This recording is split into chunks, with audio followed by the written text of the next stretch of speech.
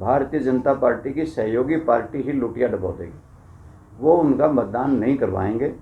1 से लाख तक वो उनके गोभी खोदने में ही लगे हुए। ऐसे मौके में मैं तो सारे प्रदेशवासियों से, देशवासियों से, जहाँ भी चुनाव हो रहे हैं, ये कहूँगा कि ये पहचान लें कि जिन्होंने जले पे नमक छिड़का है, लोगों से तरह तरह के वादे किए थे, पुरानी पेंशन लागू करने की बात की थी, 5100 रुपये कहा था कि बुढ़ापा पेंशन कर देंगे, और जिन्होंने ये किसान विरोधी कानून पास किए हैं जिससे मंडी खत्म हो जाएगी, न्यूनतम समर्थन मूल्य खत्म हो जाएगा, जिससे बेरोजगारी बढ़ेगी, और ऐसे मौके में जिन्होंने ये कानून बनाने का फैसला कर लिया कि कोई भी प्रदूषण फैलाएगा, जो कोई पराली फूकेगा, उस पर 1 करोड़ रुपये जुर्माना लगेगा, 5 साल की कैद होगी, जिन्होंने ट्रैक्टर के लोन, ट्रालियों के लोन, हैरों के लोन के ऊपर ब्याज माफ़ नहीं किया, औरों का कर दिया गया।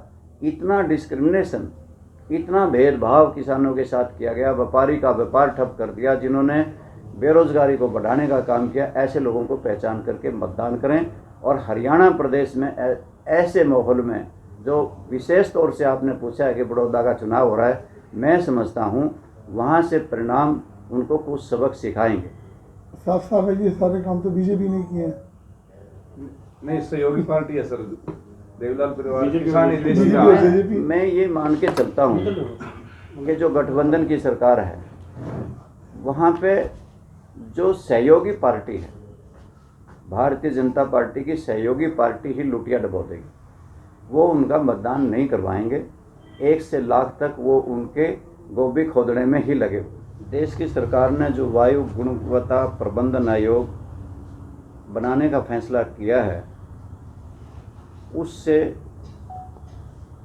किसानों के और कुठाराघात होगा कि अगर किसान पराली या कपास की बाड़ी या कोई और अवशेष जलाएगा या अन्य कोई भी व्यक्ति जलाएगा, उसके ऊपर 1 करोड़ रुपये का जुर्माना या 5 साल की कैद होगी।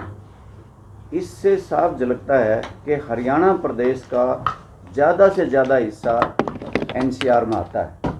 ये जो आयोग की ताकतें होंगी या ये जो कानून होगा 5 साल की कैद का और 1 करोड़ रुपये जुर्माने का, ये एनसीआर में लागू होगा।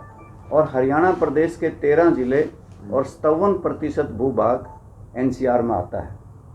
और ये पहले से ही किसानों के ऊपर कुठाराघात सरकार ने पहले से किया हुआ है।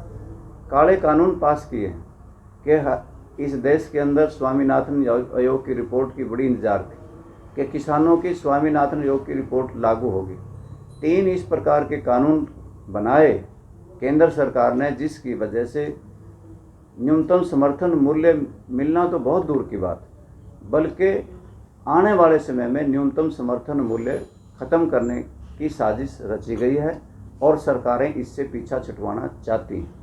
और इसी प्रकार से मंडियों को ख़त्म कर दिया गया है और प्राइवेट प्लेयर्स को, पूंजीपतियों को एक मौका दे दिया गया है कि वो असीमित भंडारण करें, उन पे किसी प्रकार की रोक टोक नहीं होगी। और इसी तरीके से उन कानूनों से लगता है कि जहाँ किसान की फसल इसी प्रकार से कौड़ियों के भाव से लूटी जाएगी कि आपके सामने ही है कि न्यूनतम समर्थन मूल्य धान का नहीं मिला, धान लूट लिया गया, जीरी लूट ली गई, कपास लूट ली गई, मक्का लूट लिया गया, बाजरा लूट लिया गया।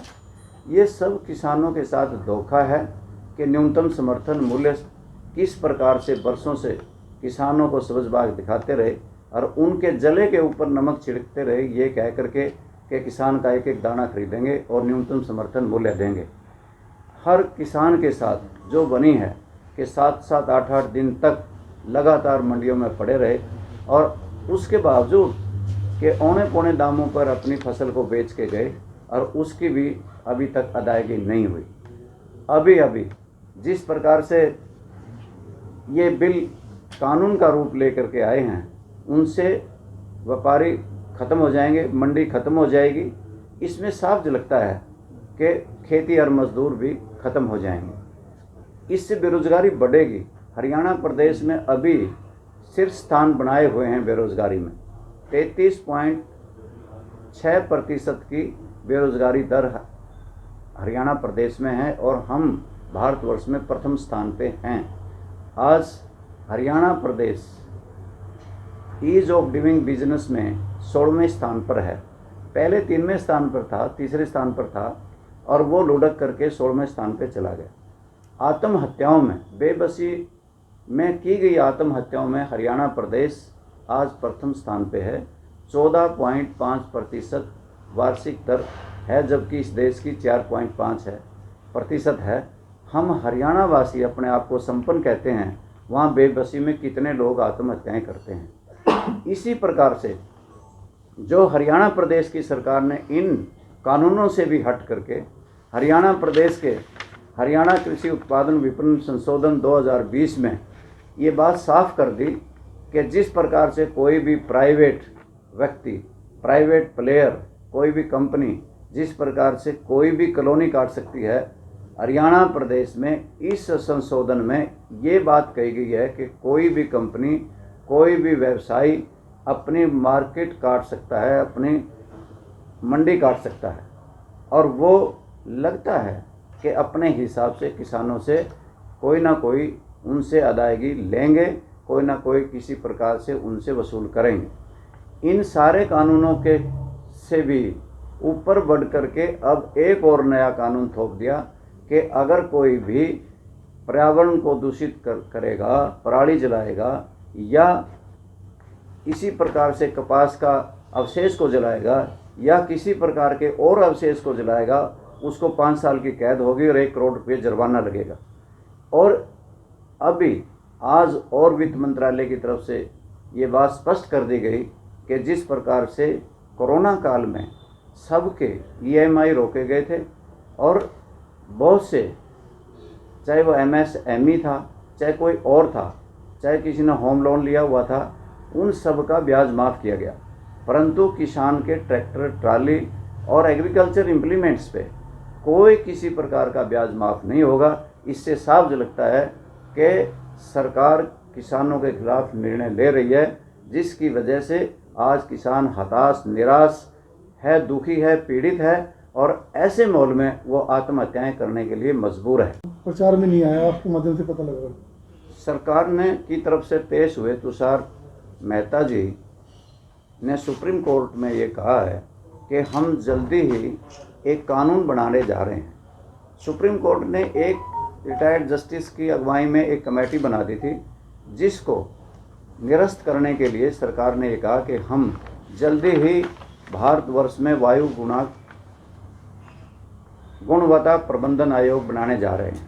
जब एश्योरेंस सरकार की तरफ से सुप्रीम कोर्ट में दे दिया गया, वो जल्दी इम्प्लीमेंट होगा। ये कहा गया कि उसके 18 मेंबर होंगे और इन विशेष तौर से राजस्थान, पंजाब, हरियाणा और उत्तर प्रदेश में ये कानून, क्योंकि NCR के लिए बनेगा और ये आयोग इनके लिए बनेगा, इन्हीं सूबों के लिए बनेगा और इन्हीं पे ये कानून लागू होगा।